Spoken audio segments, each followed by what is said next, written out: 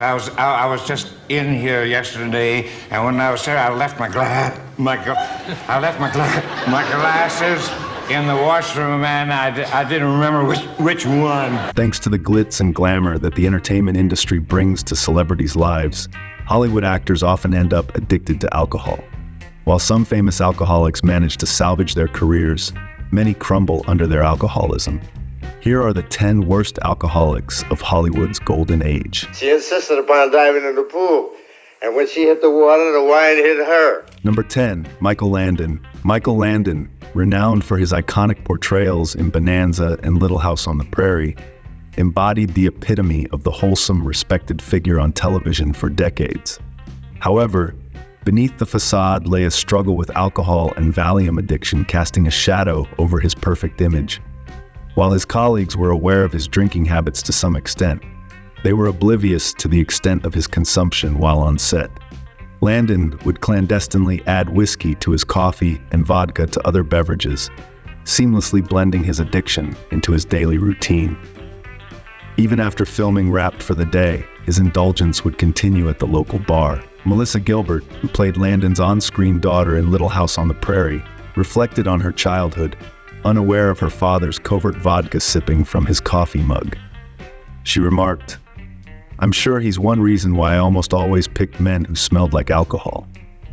In addition to his alcohol and painkiller dependency, Landon smoked an astonishing 4 packs of unfiltered cigarettes daily, likely contributing to the onset of pancreatic cancer that ultimately claimed his life at the young age of 54. Number 9, Robert Shaw. The production of 1975's Jaws was a tumultuous ordeal, marked by formidable challenges including fierce sharks, turbulent waters, and fractious colleagues. Robert Shaw exacerbated tensions on set by indulging in scotch throughout grueling filming sessions, leading to strained relations with his co-star, Richard Dreyfuss. Shaw's persistent inebriation was a recurring issue during filming, except for one pivotal scene where his character is portrayed as intoxicated. Dreyfuss candidly revealed his preference for Shaw's sober demeanor, expressing his disdain for the actor's intoxicated state.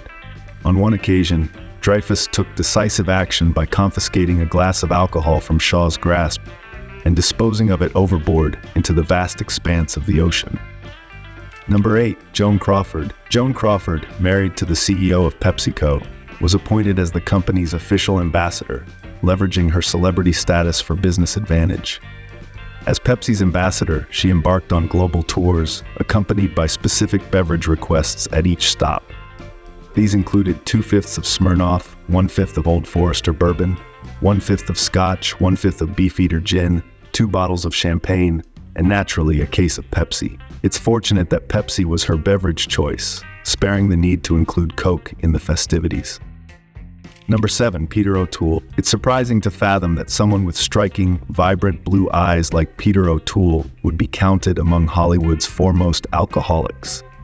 In a candid interview with David Letterman, O'Toole attributed his drinking habits to societal norms of his generation, where alcohol consumption was commonplace, regardless of daily obligations. He even asserted that alcohol served to enhance his performances on the silver screen.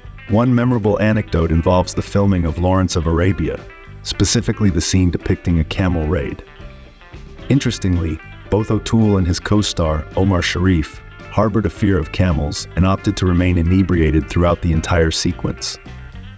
This choice, often dubbed liquid courage, speaks to the lengths actors might go to overcome their fears. O'Toole chuckles at inquiries about the scene, admitting he has no recollection of it due to his intoxicated state. Number 6, Frank Sinatra. Frank Sinatra was widely regarded as a functioning alcoholic, with Jack Daniels being his preferred drink of choice. His signature concoction consisted of 4 ice cubes, 2 fingers of Jack, and a splash of water, served in the classic rocks glass. Rumors abound that he consumed an entire bottle of Jack Daniels daily, much to the astonishment of his doctor. Sinatra's life was a constant spectacle, embodying the mantra, "The best is yet to come," wherever he ventured. However, his demeanor could take a sharp turn when intoxicated, often leading to confrontations with journalists or fellow actors. His ex-wife once recounted locking herself in their room upon seeing him drink gin, as it signaled a shift towards aggression. Sinatra, along with his close companions and select Hollywood elites, humorously dubbed themselves the American Olympic Drinking Team. In 1998, Sinatra passed away at the age of 82, leaving behind a legacy that intertwined with his affinity for alcohol.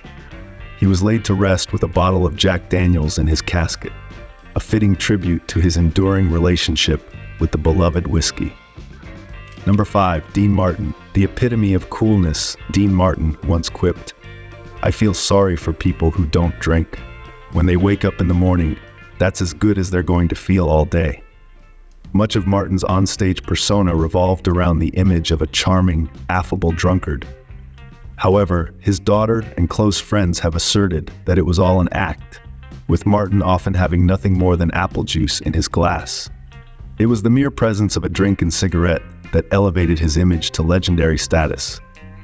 Men aspired to emulate him, while women longed to be in his company. Despite his public persona, Martin was a devoted father, always present for dinner, and typically limited himself to just one cocktail in the evening with his wife. While his career was closely associated with alcohol, Martin seemed to navigate the fine line between indulgence and restraint, knowing when to rein it in. He passed away in 1995 at the age of 78, leaving behind a legacy of charm and charisma that transcended his onstage persona. Number 4, Leonard Nimoy. Leonard Nimoy, famously known as Mr. Spock, grappled with alcohol addiction during the filming of the iconic Star Trek series. Nimoy himself acknowledged that he turned to alcohol as a means of coping with the demanding and prolonged days on set.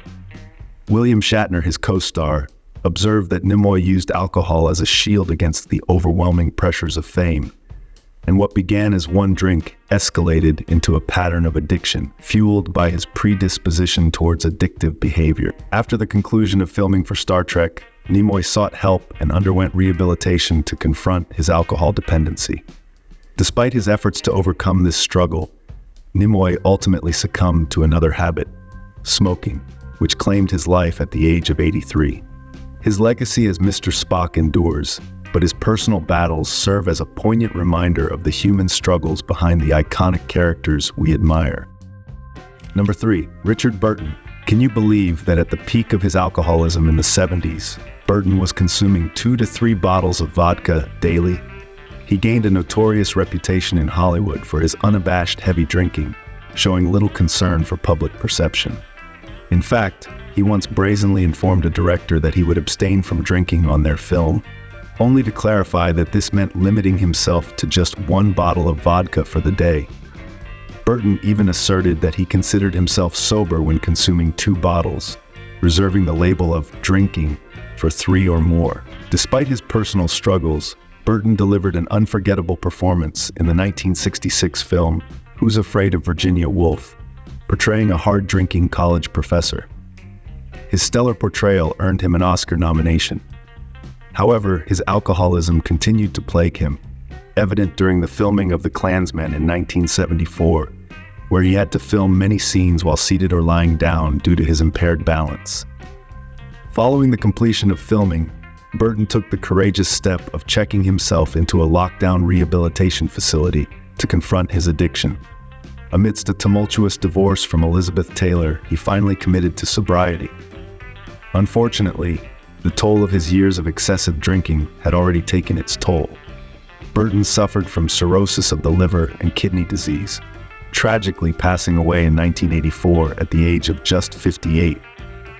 Number 2, Elizabeth Taylor. Elizabeth Taylor, renowned for her beauty and talent on the silver screen, grappled with alcoholism and addiction to painkillers for many years. In 1983, she made headlines by becoming the first celebrity to voluntarily seek treatment at the Betty Ford Center. This rehabilitation facility, founded by Betty Ford, wife of U.S. President Gerald Ford, was established to provide help to individuals struggling with addiction. Inspired by Betty Ford's own journey to recovery in 1978, Taylor's courageous decision to confront her addiction not only marked a turning point in her personal life, but also had a profound impact on countless others silently battling similar struggles. By openly acknowledging her challenges and seeking help, she helped to destigmatize addiction and shed light on the path to recovery. Freed from the grip of addiction, Taylor discovered a new purpose beyond acting, advocating for AIDS awareness, prevention, and research. With her newfound platform, she became a powerful advocate for those affected by the AIDS epidemic, using her fame and influence to raise awareness and support for research and treatment efforts. In this way, Elizabeth Taylor's journey from addiction to advocacy symbolizes a journey from darkness to hope, inspiring millions of Americans to seek help and offering hope to those in need.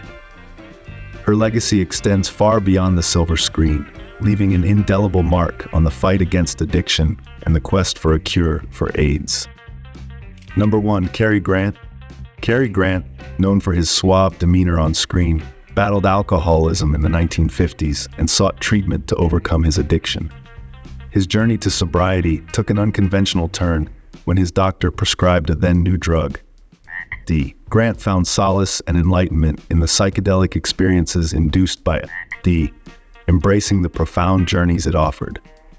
He even introduced the drug to some of his friends, including Judy Balaban, daughter of Paramount's president, who remarked, "I figured if it was good enough for Carrie Grant, it was good enough for me." It's believed that Grant underwent approximately 100 sessions of D therapy as part of his treatment. Although unconventional, this approach reshaped his perspective on life and contributed to his overall happiness.